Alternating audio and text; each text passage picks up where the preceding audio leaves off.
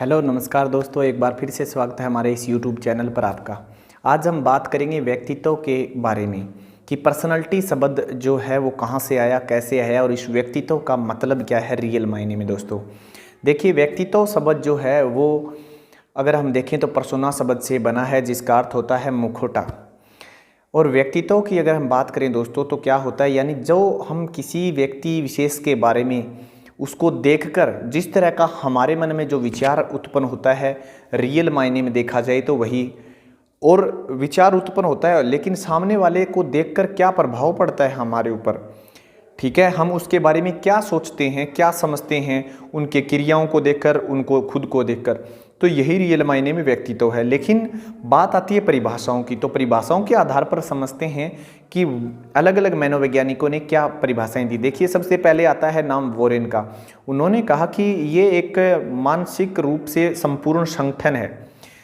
क्या है? मानसिक संगठन है एक संपूर्ण रूप से, अगर देखा जाए तो वोरेन ने ये बात कही थी, जिससे क्या है मनुष्य का जो अगर हम बात करें वो कहते हैं कि किसी एक अवस्था में वो मिलता है हमें, संपूर्ण मानसिक संगठन होता है व्यक्तित्व, और जो क्या है वो किसी एक उम्र की अवस्था में हमें मिलता है। वहीं पर अगर हम बात करें रोश की, तो रोश कहते हैं दोस्तों कि जो व्यक्तित्व है वो मान्य व अमान्य गुणों का पुंज है। क्या है? मान्य व अमान्य गुणों का पुंज उन्होंने बताया। तीसरे अगर हम देखें वुडवर्थ की परिभाषा के बारे में, तो वुडवर्थ कहते हैं कि यह एक क्या है, मानसिक रूप से देखा जाए तो मानसिकता का विषय, मानसिक जो हमारा व्यक्तित्व है वो क्या है, समग्र रूप है। किसका? विशेषताओं का। यानी व्यक्तित्व क्या है? व्यक्ति की विशेषताओं का एक समग्र रूप है।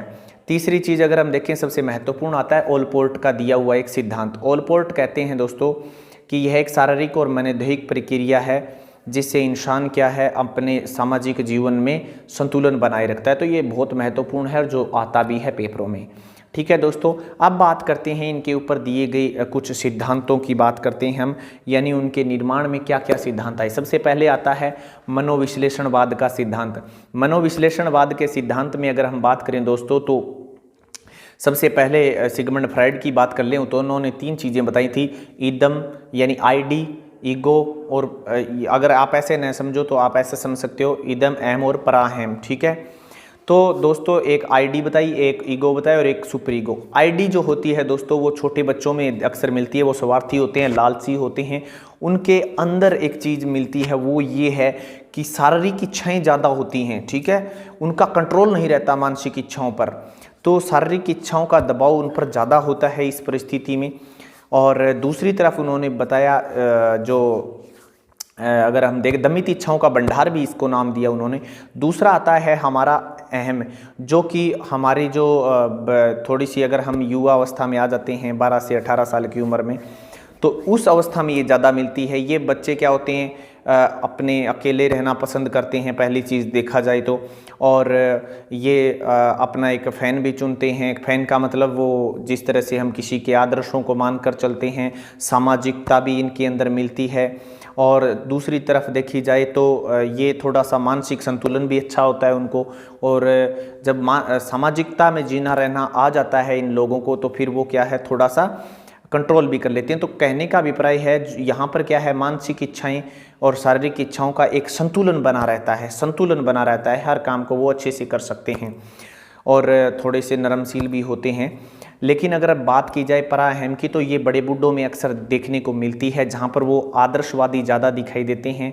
कोई भी काम हो यानी अपने आप को न्यौछावर कर सकते हैं, तो वहाँ पर परो जो है दोस्तों, पराहम है, उसके अंदर क्या है, यहाँ पर शारीरिक इच्छाओं पर उनका कंट्रोल हो जाता है, लेकिन मानसिक इच्छाएं जो हैं उन पर थोड़ा सा डामोल, यानी शारीरिक इच्छाएं इधर हैं तो मानसिक इच्छाएं इधर हैं, यानी मानसिक इच्छाएं ज़्यादा प्रभावी होती हैं इसके अंदर। तो ये कुछ मतलब जो मनोविश्लेषणवाद में सिद्धांत में बताई गई थी ये चीज़ें। दूसरी तरफ अगर देखें दोस्तों, इसके बाद अगर हम बातचीत करें, नेक्स्ट हमारा पॉइंट आता है सील के गुणों का सिद्धांत। सील के गुणों का सिद्धांत ओलपोर्ट ने दिया था। इन्होंने 57,953 के आसपास सील के गुणों को बताया था उन्होंने टोटल, लेकिन हम उनको प्रयोग 4500 ही यूज़ करते हैं, जिसमें उन्होंने बताया कि एक तो सामान्य सील के गुण और एक विशिष्ट। सामान्य हर किसी में व्यक्ति में पाए जाते हैं, लेकिन विशिष्ट गुण की बात करें तो वो जैसे कि मदर टेरेसा में था, उन्होंने समाज की सेवा की, तो ये विशिष्ट गुणों में आता है। एक आया था विशेषक का सिद्धांत, जो कि आरबी कैटल ने दिया था। उन्होंने दो तरह के विशेषक बताए थे, एक तो बताया था स्थायी विशेषक और एक बताया था जो स्रोत विशेषक है वो। ये कहते हैं स्थायी विशेषक तो नॉर्मल लगभग मिल जाता है सभी के अंदर, लेकिन जो स्रोत विशेषक है वो है दूसरों को जानना।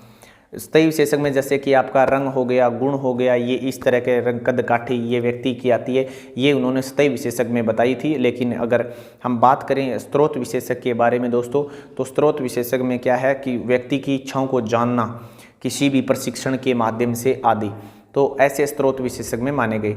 लेकिन एक आता है मांग दबाव पूर्ति का सिद्धांत, जो कि हेनरी मुर्रे ने दिया था दोस्तों। हेनरी मुर्रे ने ये मांग दबाव पूर्ति का सिद्धांत दिया और उन्होंने बताया कि कोई भी मनुष्य, चोर, डाकू, कुछ जो भी बनता है वो, तो उसके पीछे कोई न कोई कारण होता है दोस्तों। क्या होता है? कोई न कोई कारण होता है। और इसी तरह से उन्होंने कहा था कि कोई भी इनसे खुश होकर चोर या डाकू नहीं बनना चाहता, उनके पीछे बहुत से कारण होते हैं। इसीलिए ये मांग दबाव पूर्ति का सिद्धांत जो था हेनरी मुर्रे के द्वारा दिया गया था। तो दोस्तों ये थे हमारे जो व्यक्तित्व हैं उनके सिद्धांत। अब बात करते हैं व्यक्तित्व के प्रकारों की। अगर हम बात करें दोस्तों, व्यक्तित्व के किस किस मतलब प्रकार में बताए गए हैं, व्यक्तित्व के प्रकार क्या हैं, तो सबसे पहले आता है सेल्डन का नाम।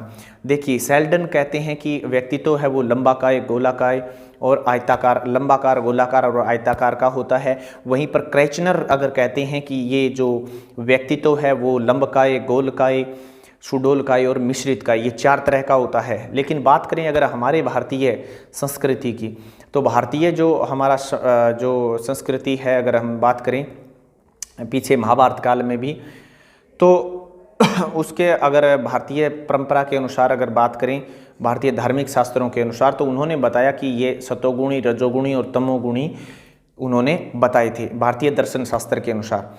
तो ये 3 चीज़ें उन्होंने बताई थी, सतोगुणी, रजोगुणी और तमोगुणी। सतोगुणी यानी जिसमें सद्गुण होते हैं, सबसे न्यायप्रिय होते हैं, बोलने में अच्छे होते हैं, अगर सभी का व्यवहार भी बहुत अच्छा होता है। लेकिन अगर हम बात करें सतोगुणी के बाद रजोगुणी की, तो यहाँ पर जो बलवान होते हैं, ताकतवर होते हैं, जो युद्ध में भाग लेते हैं, ये रजोगुणी में आते हैं। और जो आलसी होते हैं, जो काम नहीं करते और सदा दुखी से रहते हैं, ये क्या है? तमोगुणी में उन्होंने इनको रखा। उसी प्रकार अगर हम देखें पश्चिमी सभ्यता की, तो दोस्तों पश्चिमी संस्कृति के अनुसार अगर उन्होंने बताएं तो 3 चीज़ें बताई थी, भावशील, कर्मशील और विचारशील। विचारशील मतलब जो शादीशुदा हैं और सुखी जीवन जीते हैं, वहीं पर भावशील वो होते हैं जो भाव में डूबे रहते हैं लेकिन दुखी रहते हैं, और कर्मशील जो कार्य करते हैं। ठीक है दोस्तों, तो ये अक्सर सुखी रहते हैं। तो यहाँ पर अगर देखें तो भावशील और जो कर्मशील और जो थे, अगर देखें तो थोड़े से भाव में डूबे रहते हैं, और कर्मशील जो हैं वो काम करके थोड़ा सा सुखी जीवन व्यतीत कर लेते हैं। आफ्टर दैट बात आती है दोस्तों जुंग की। जुंग उन्होंने क्या बताया था? 2 तरह के बताए थे, एक तो बहिर्मुखी और एक आंतरिकमुखी। तो आंतरिकमुखी की अगर हम बात करें तो दोस्तों यही हैं जो अपने आप के बारे में सोचते रहते हैं, अपने जीवन के बारे में सोचते रहते हैं। और बहिर्मुखी जिनके अंदर सभी तरह के भाव शामिल होते हैं। अंतर्मुखी अगर बात करें तो अपने बारे में सोचना, अकेले रहना, अकेले मतलब जीवन यापन करना, दूसरों के साथ कम बोलना, उनके ज़्यादा फ्रेंड भी नहीं होते हैं, मतलब अपना सादा अकेला जीवन जीते हैं, किसी के साथ बोलचाल नहीं रखते। ऐसे व्यक्ति कौन होते हैं? मनोवैज्ञानिक या वैज्ञानिक बनते हैं, डॉक्टर, ये जो साइंटिस्ट हैं ये बनते हैं। वहीं पर अगर बहिर्मुखी बात करें तो मिलनसार होते हैं, दूसरों के साथ मेलजोल से रहते हैं, सभी के साथ सामाजिकता रखते हैं, सभी के साथ मिलना जुलना, समय समय पर उनका सहयोग करना, मतलब हर प्रवृत्ति उनमें मिलती है, जैसे कि राजनेता हो गया या समाज सेवी हो गया, ये लोग। तो एक इन्हीं के शिष्य थे जिनका नाम था, नाम तो खैर मुझे याद नहीं आ रहा, लेकिन इन्हीं के शिष्य थे। इन्होंने एक तीसरा और बताया था, उभयमुखी। उभयमुखी इन्होंने व्यक्तित्व का प्रकार दिया कि ये जो दोनों गुण होंगे, आंतरिक और बहिर्मुखी, ये उभयमुखी में आएगा। और एक टीचर क्या होता है? उभयमुखी होता है। ये व्यक्तित्व का इनको उन्होंने प्रकार बताए थे दोस्तों। तो इस तरह से हमारे व्यक्तित्व के हम प्रकारों की बात करते हैं। अब बात आती है दोस्तों व्यक्तित्व के मापन की, कि व्यक्तित्व के मापन कैसे किया जाता है। दोस्तों पहला पॉइंट आता है शब्द साहचर्य। ठीक है, सबसे पहले क्या आता है शब्द साहचर्य, जिसे हम स्वतंत्र साहचर्य विधि भी कहते हैं। ये गॉल्टन के द्वारा दी गई थी। तो इन्होंने क्या कहा था कि उन्होंने बताया था कि एक व्यक्ति को 50 से 100 शब्द दिए जाते थे, उन पर कुछ लिखना होता था और उसी के आधार पर व्यक्तित्व का प्रशिक्षण किया जाता था कि वो किस तरह से क्या क्या चीज़ें उसमें लिखता है। उसके बाद अगर हम बात करें दूसरा जो अगर आता है तो वो है सौंपन विधि, जो सिगमंड फ्राइड के द्वारा दी गई थी 1900 के अंदर। तो उन्होंने कहा कि व्यक्तित्व का सपना पूछ लिया जाए और उसके आधार पर उसके व्यक्तित्व का हम जानकारी ले सकते हैं कि उसका व्यक्तित्व कैसा है, कि उसको सपना कैसे है, उसके बारे में वो बताएगा। तो ये व्यक्तित्व की एक विधि थी। दूसरी तरफ अगर हम देखें तो प्रक्षेपी विधियाँ आती हैं। प्रक्षेपी विधियाँ के अंदर क्या होता है, प्रक्षेपी जो विधियाँ हैं दोस्तों, उसके अंदर सबसे पहले जो हमारी आती है तो वो स्याही धब्बा प्रशिक्षण आता है। हरमन रोरसाक के द्वारा दिया गया था सन 1921 में। उनके अंदर क्या थे, 10 कार्ड थे, 5 कार्ड थे लाल और काले रंग के, लाल काले रंग के, और दूसरा था लाल नीले और काले और सफ़ेद रंग के। उसमें से 5 कार्ड थे और बाकी थे जो लाल हो गया, काला हो गया और सफ़ेद रंग के 2 कार्ड थे और बाकी 3 कार्ड अलग बहुरंगी थे। तो इनके माध्यम से उन्होंने व्यक्तित्व प्रशिक्षण की शुरुआत की थी हरमन रोरसाक ने। लेकिन दूसरी बात अगर हम बात करें तो दोस्तों थी वाक्य पूर्ति, जो कि ट्रमन के द्वारा, ट्रमन और टैडलर, इनके द्वारा ये दिया गया था। पाइन और टैडलर के द्वारा ये सिद्धांत जो था दिया गया, जिसका नाम है वाक्य पूर्ति प्रशिक्षण। इसमें क्या किया जाता था, बच्चों को वाक्य दिए जाते थे, जैसे कि जब मैं स्टेशन पहुंचा डैश चल पड़ी, तो इसमें उत्तर क्या आएगा, गाड़ी चल पड़ी। तो इस तरह की मतलब वाक्य पूर्ति प्रशिक्षण के लिए इन्होंने दिया था। एक आता है दोस्तों प्रासंगिक अंतर्बोध प्रशिक्षण। ठीक है, प्रासंगिक अंतर्बोध प्रशिक्षण में क्या था, 31 कार्ड होते थे।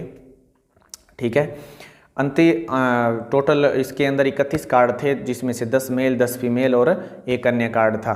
तो 10 मेल 10 फीमेल 10 अन्य कार्ड और इसमें एक सादा कार्ड होता था। तो दोस्तों इसमें क्या होता था, सबसे पहले इनको ये कार्ड डिवाइड कर दिए जाते थे, जिसके अंदर 5-5 मिनट इनको दिए जाते थे और इन चित्रों के ऊपर उनको कुछ लिखना होता। तो अंत में एक सादा कार्ड दिया जाता था, जिसको उनको चित्र भी खुद बनाना होता था और उस पर कहानी भी उनको खुद ही लिखनी होती थी, और इसी के आधार पर ये प्रशिक्षण किया जाता था कि इसकी व्यक्तित्व कैसा है। ठीक है दोस्तों, इसके बाद अगर हम बात करें तो लास्ट आता है बालक अंतर्बोध प्रशिक्षण, जो बैलक के द्वारा, बालक से बैलक नाम याद रख सकते हो आप, तो ये बैलक के द्वारा दिया गया था ये प्रशिक्षण। और इसमें क्या था, 10 कार्ड होते थे। 10 कार्डों के माध्यम से ये पता 10 कार्ड जो थे जीव जंतुओं के ऊपर चित्र होते थे इनके, और इन्हीं के आधार पर जो 14 साल के बच्चे थे 3 से 4 साल के जो बच्चे थे 11 साल तक के बच्चों का उन पर ये प्रशिक्षण, 3 से 11 साल के बच्चे थे उन पर ये प्रशिक्षण किया जाता था और उनसे जाना जाता था कि उनका व्यक्तित्व किस प्रकार का है। इन प्रशिक्षण विधियों के नाम और भी हैं, जैसे समाज नीति विधि हो गया, प्रशिक्षण विधि हो गया। तो इस तरह के इनके नाम 1-2 और भी हैं। और दोस्तों उम्मीद करता हूँ ये हमारा चैप्टर इतना ही था। आगे हम बात करेंगे हमारा जो नेक्स्ट चैप्टर आएगा उस पर। धन्यवाद। उम्मीद करता हूँ वीडियो अच्छी लगी है तो लाइक और सब्सक्राइब जरूर करें। धन्यवाद।